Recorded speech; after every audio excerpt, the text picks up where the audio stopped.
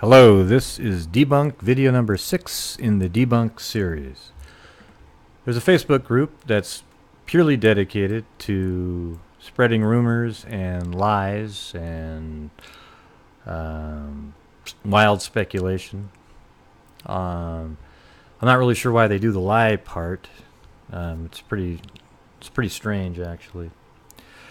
This video, though, is about this particular post, and this is by one of the admins of the group who seem to just have no concept of what facts are. They take some facts, then twist it around and come up with their own little, numbers and times, and it's just, it's mind-boggling. It's almost like they purposefully do this.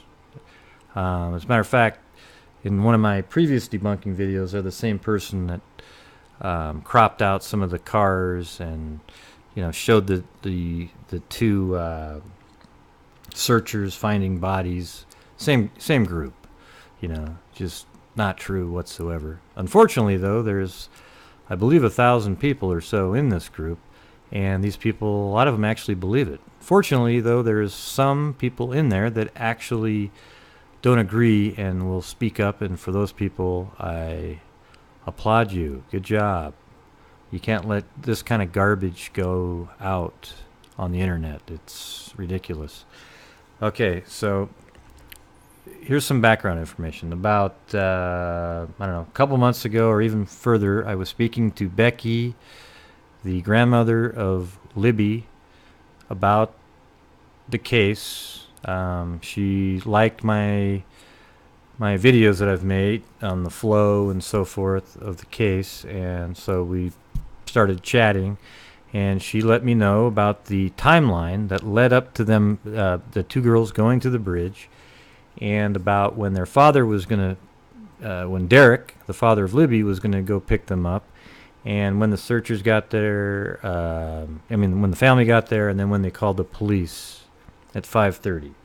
Okay, so I was given that information, and then I was given permission to actually put it out there because there was so much wild speculation. So here's the actual information that I was given. Abby and Libby decided to go to the bridge around 1 p.m. and were only allowed to go if they could get a ride there and a ride home. Libby's sister gave them a ride there on the way to a friend's house before going to work. Derek was to pick them up, not at a set time, but would call them between 1.5 and 2 hours after they were dropped off, after running an errand for a family member, which is Becky. The sister dropped them off at 1:45. Okay, so they left the house at 1:30, dropped them off at 1:45. The second picture on the bridge, which was further southeast, was taken at 2:07.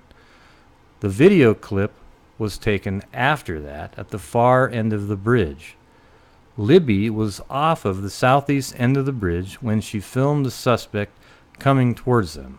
That part right there I figured out on my own. Or not my own, but I'm, without the help of law enforcement or any family members. I had some friends of mine on Facebook that live in the area that actually went out there and filmed, and we were able to determine, after doing a whole bunch of different photographs and videos, exactly where the video was taken that the stills came from. Okay, so that's where that information came from. And then at 3:11 and 3:13, Derek called twice and got no answer. That's when he was just arriving at 3:11 and called, and then he waited a minute or two, then he called again and got no answer. He then started looking for them at 3:30. He went towards the bridge first, then went the other way. So I guess what happened was he went towards the bridge, talked to an older person that was over 70, and he said the only people he saw were a couple that were under the bridge, apparently. Okay, so then Derek went walking the other direction. And so then, as I wrote here, he went towards the bridge first, then he went the other way. The rest of the family got there a little after 4 and started searching. Mike was called at work at 4 to come help. They called law enforcement at 5:20. All right, so that's the accurate information and timeline. All right, and Becky confirmed that. And she even went into the groups on Facebook and confirmed that it was real. All right, so we have that. So here we go.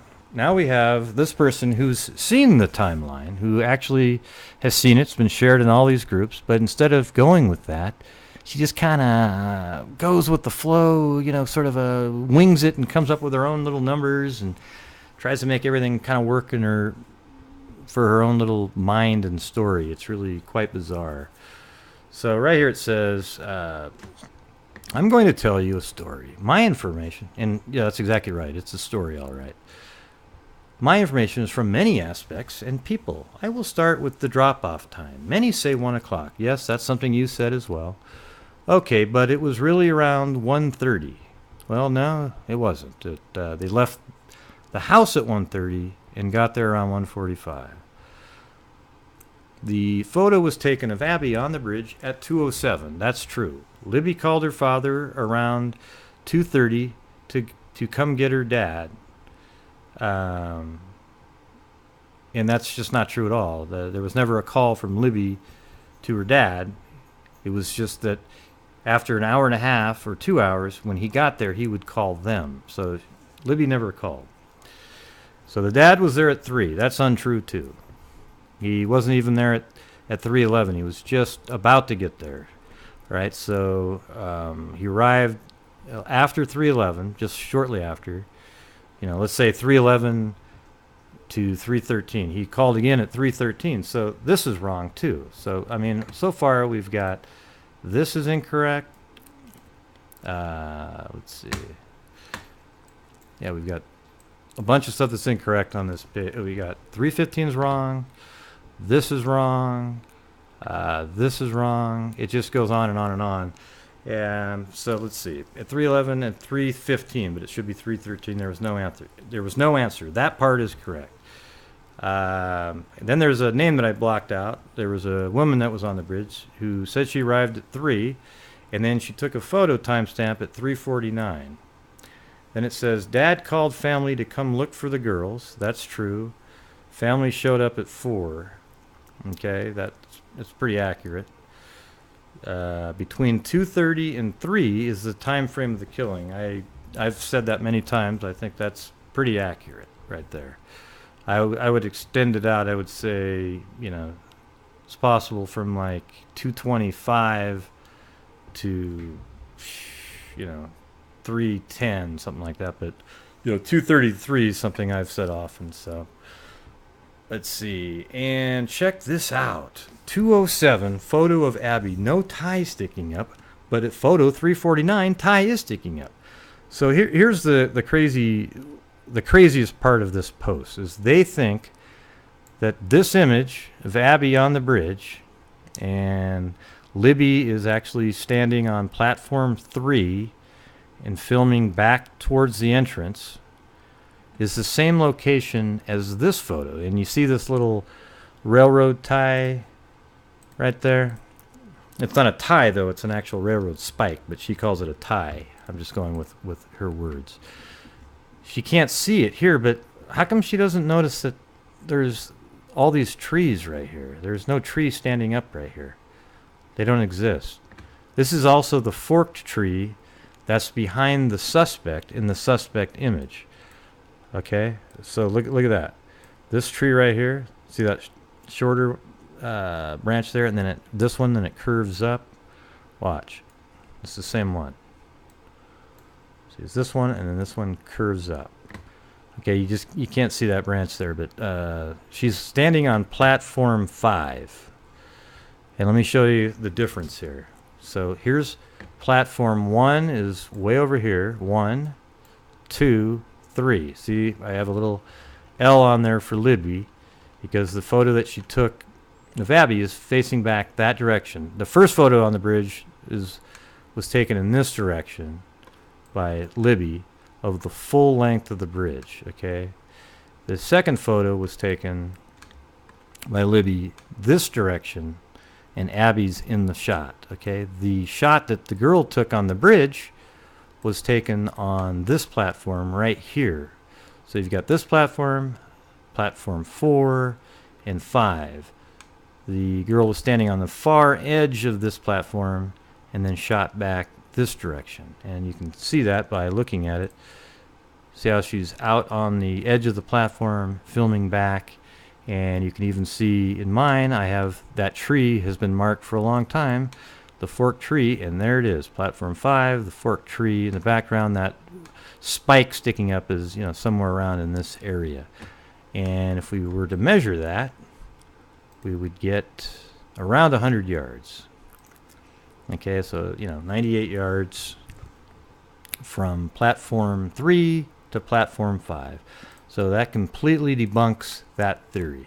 I'm not even sure where they come up with the stuff. It's almost like they use very little critical thinking whatsoever. It's unbelievable. Just look at it.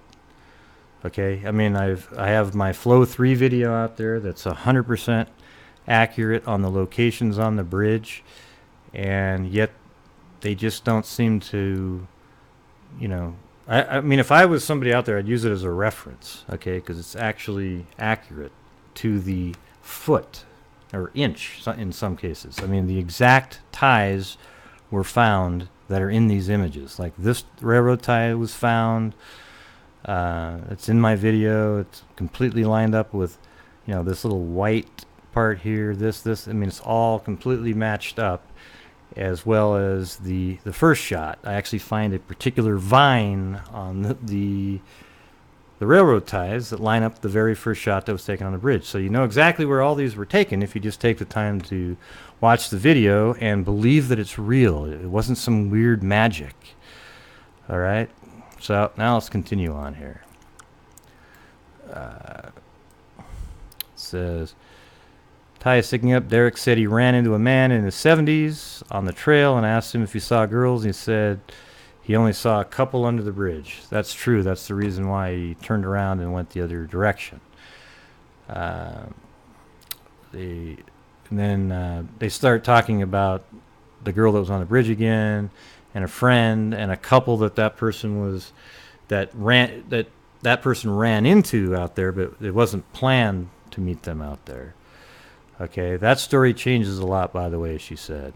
I have seen a little, some things that are a little different in the different times that I've heard this person explain her being out there, but, you know, she has nothing to do with it. Abby was looking down in her photo. This is the part that I wanted to talk about, though. It says, Abby was looking down in the photo, her photo. I think she was looking at something or someone. Ooh, wow. What did she see? I say this because of her body posture. Okay. She looks like she's having a good time, just kind of walking across a bridge.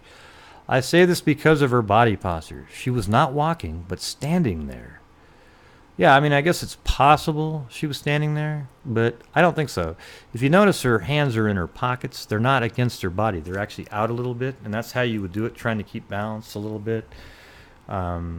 If she was just standing there, they would be straight down, you would think. But, you know, she's just walking, having a good time. Abby, she was not walking, but standing there. Abby was afraid of F the bridge, but I think she meant of the bridge. Might have been her first time walking it. And if so, should be a comma there, her hands would have not been in her pockets. So let's see, what is she saying? Abby was afraid of the bridge. Might have been her first time walking it. And if so, her hands would have not been in her pockets. Okay, might have been her first time walking it. And if so if it was her first time, her hands would not have been in her pockets. I mean, it's just, how do you know that? I mean, it's just ridiculous. Okay, she's been out to the bridge a whole bunch of times with Libby, excuse me. She'd been out there a whole bunch of different times. She would have used them for balance. Okay, but her hands are in her pocket, and she's still using her hands as balance, just in the pockets. It was actually sunny, but it was only 46 or 47 degrees out. If she was looking down, watching her step placement, But that is not the case. She was standing looking at something. So now she's claiming that Abby is actually looking at something. Yes, she is looking at something. She's looking at the ties to make sure her feet don't go in between them and she places them correctly. But that's not what this person's suggesting. She's suggesting she was standing looking at something. Now to my theory. I think Abby was looking at the couple under the bridge. And then she goes on to mention who the couple is. In turn, I think they are our killers. I mean, can you believe that? I mean, it's like watching, reading or watching the show Ancient Aliens, who have they speculate on something, and then they speculate on that, and then speculate on that final speculation, and they come up with this huge theory based on absolute garbage, okay? So in this video right here, we've debunked, it's hard to even count, like 7 or 8 different things, and it's just, there are some accurate pieces of information. It's actually amazing that she was able to get herself to put some accurate information in there just for the sake of, trying to pretend to look like she was trying, but in reality, it's complete garbage. This whole thing here. I mean, not only was it inaccurate, but at the end it comes up with, I think she's looking at the killers, who are the couple under the bridge. yeah, because they just hung out there, right? This is just pure insanity. Anyways, for all you rodeo clowns out there, if you could just try to keep it honest, that'd be great. And for the rest of you who actually try to keep them honest, I appreciate that, and keep up the good work. All right? And we'll be doing another one of these. Thanks. Bye.